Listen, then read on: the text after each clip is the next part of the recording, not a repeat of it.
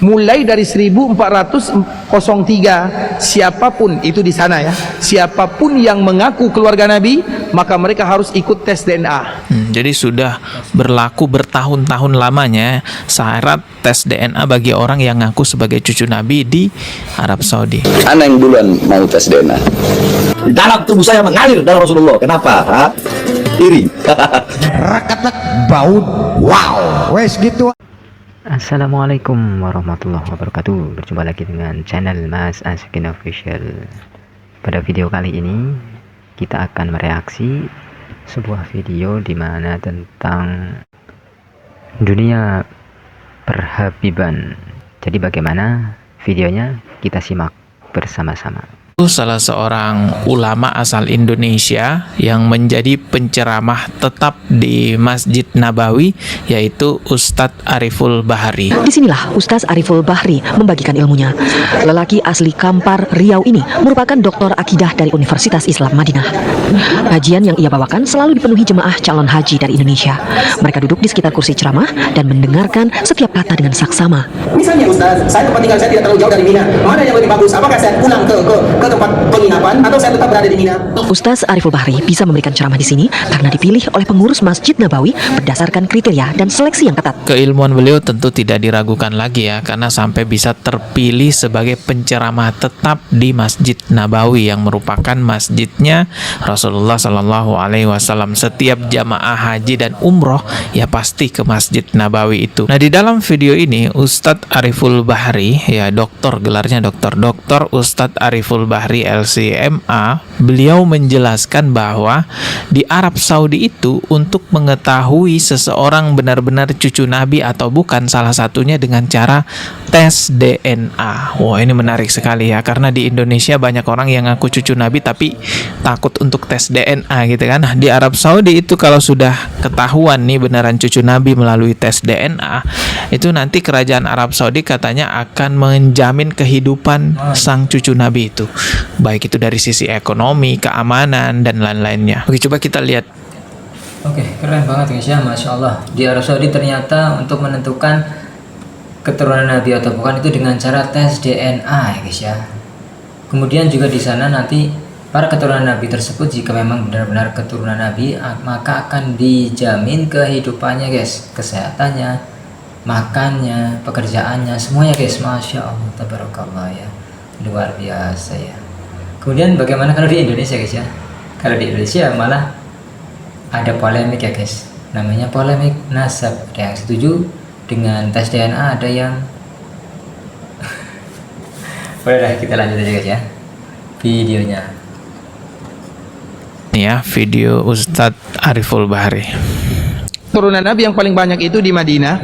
Di Madinah itu ada 7 keluarga besar, dan di tanah Arab secara khusus. Ini saya bercerita di tanah Arab secara khusus. Siapapun yang menjadi keturunan Nabi, maka mereka mulai dari tahun 1403. Berarti tahun berapa miladi itu kira-kira? 1982 lah kurang lebih. 82 atau 83 atau 1403. Kalau sekarang kan 1447.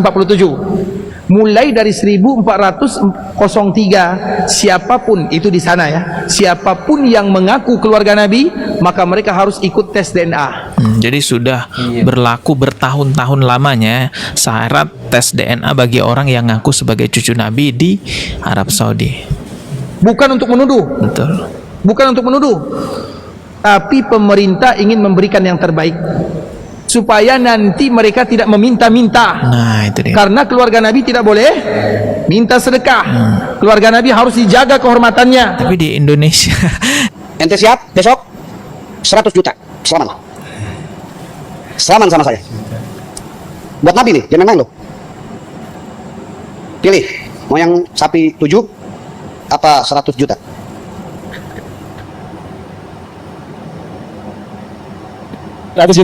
Fatihah. di Indonesia banyak yang ngaku cucu Nabi malah memalakin jamaahnya gitu ya. Nah, semoga ini bisa jadi contoh nih di Arab Saudi nih. Maka yang bertanggung jawab atas keluarga Nabi itu siapa? Pemerintah. Secara umum. untuk menghargainya. Ini di sana ya. Kalau di sini saya tidak tahu.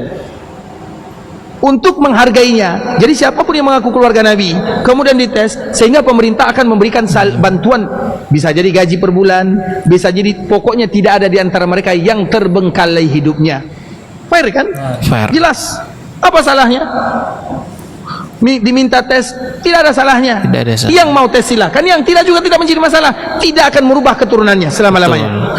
Tes DNA tidak merubah keturunan, justru akan memperjelas bahwa dia beneran cucu Nabi atau bukan.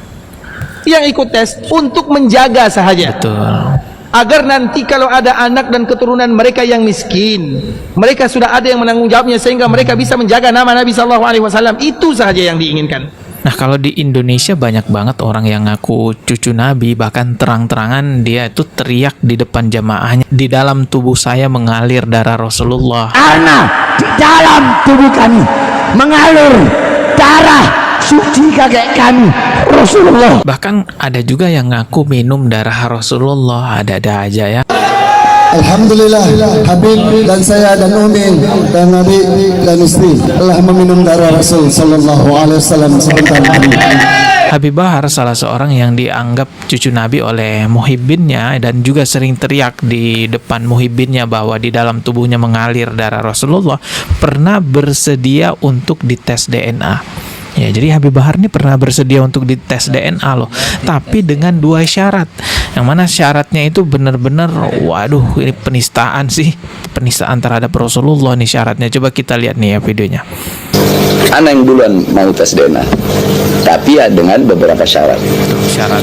Syarat pertama, apakah bisa mereka yang meminta itu menggali kubur Rasulullah untuk mengambil darah Rasulullah? Sadis banget perkataannya. Bongkar kuburan Rasulullah, ambil darahnya. Apa yang disampaikan oleh Habib Bahar itu sebenarnya syarat ngawur, yang pada intinya ya dia nggak mau tes DNA gitu ya. Karena sebenarnya untuk memverifikasi darah seseorang itu benar-benar sesuai dengan DNA darahnya Rasulullah, ya nggak perlu bongkar makamnya Rasulullah. Ya, coba simak nih video penjelasan Habib Rizik. Bagaimana DNA yaitu yang dimiliki oleh Nabi tersebut bisa dicocokkan oleh seluruh pongkol-pongkol Quraisy yang ada di dunia ini ya ikhwan. Bahkan itu juga bisa menjadi bukti bahwa setiap keturunan Nabi yang hidup pada hari ini pasti ada yaitu unsur kesamaan DNA dengan DNA Nabi. Membuktikannya lewat rambut yang ditinggalkan oleh Nabi, saudara. Alhamdulillah. Jadi kalau Habib palsu ketahuan tuh kalau diperiksa.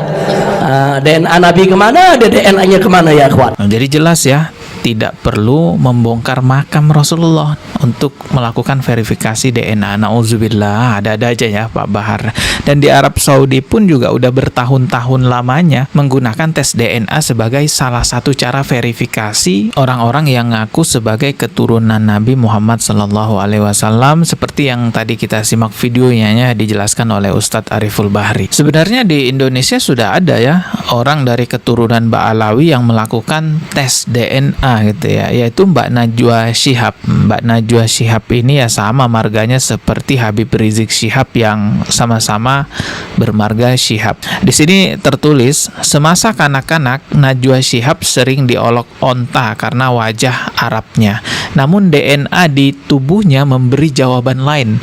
Jadi ternyata setelah Mbak Najwa ini dilakukan tes DNA, mengejutkan sekali teman-teman. Hasil tes DNA-nya Mbak Najwa itu lebih dominan Asia Selatan, yaitu Nepal, India, Bangladesh, dan Tamil gitu ya. Ya jadi ya ada darah-darah Indianya lah ya. Mbak Najwa ini bahkan lebih dominan darah Indianya gitu. Walaupun sejak kecil sering diolok-olok onta Arab gitu ya, ternyata India kan. Ya jadi kita nggak bisa menilai seseorang itu dari Arab hanya karena melihat hidungnya ya kan. Mentang-mentang mancung nih terus dibilang dari Arab, nggak semua ya. Karena yang mancung-mancung itu bukan cuma dari Arab, bahkan orang maaf, Yahudi juga mancung-mancung hidungnya. Kalau Rasulullah itu ya tentu Arab asli ya, lahirnya di Arab, wafatnya juga di Arab. Tapi sebenarnya Allah sudah memberikan penegasan kepada kita semua bahwa dari manapun asal keturunan kita itu yang terpenting adalah kita bertakwa kepadanya. Yang terbaik adalah yang paling tinggi ketakwaannya. Inna akramakum indallahi atqakum. Semoga kedepannya di Indonesia memberlakukan syarat tes DNA bagi siapapun yang ngaku keturunan Nabi agar benar-benar terjaga keturunan Rasulullah yang sebenar-benarnya, nggak ada yang memalsukan gitu ya. Ketemu lagi di video berikutnya. Subscribe. Wassalamualaikum warahmatullahi wabarakatuh. Masya Allah, Arab Saudi keturunan Nabi itu sangat-sangat dihargai, diberikan kenyamanan ya guys ya. Tapi syaratnya harus tes DNA terlebih dahulu ya. Kalau di Indonesia nggak tahu deh guys ya. Kalau di sini malah keturunan Nabi kebanyakan takut untuk tes DNA ya, nggak berani kayak Habib Bahar tadi ya guys ya. Kemudian juga karena di Indonesia itu nanti malah nggak tahu, mungkin nanti nggak dijamin mungkin ya guys ya. Baru-baru untuk ngurusi hal-hal seperti itu ya guys ya, untuk urusan-urusan rakyat kecil aja masih di gitu ya guys ya. Ya udah deh. Terima kasih sudah menonton sampai habis. Semoga bermanfaat. Jangan lupa like, komen, dan subscribe ya guys ya. Yang sudah subscribe saya ucapkan terima kasih, dan saya doakan semoga kalian semua masuk surga. Kita tutup. Wassalamualaikum warahmatullahi wabarakatuh. Sampai jumpa di video berikutnya.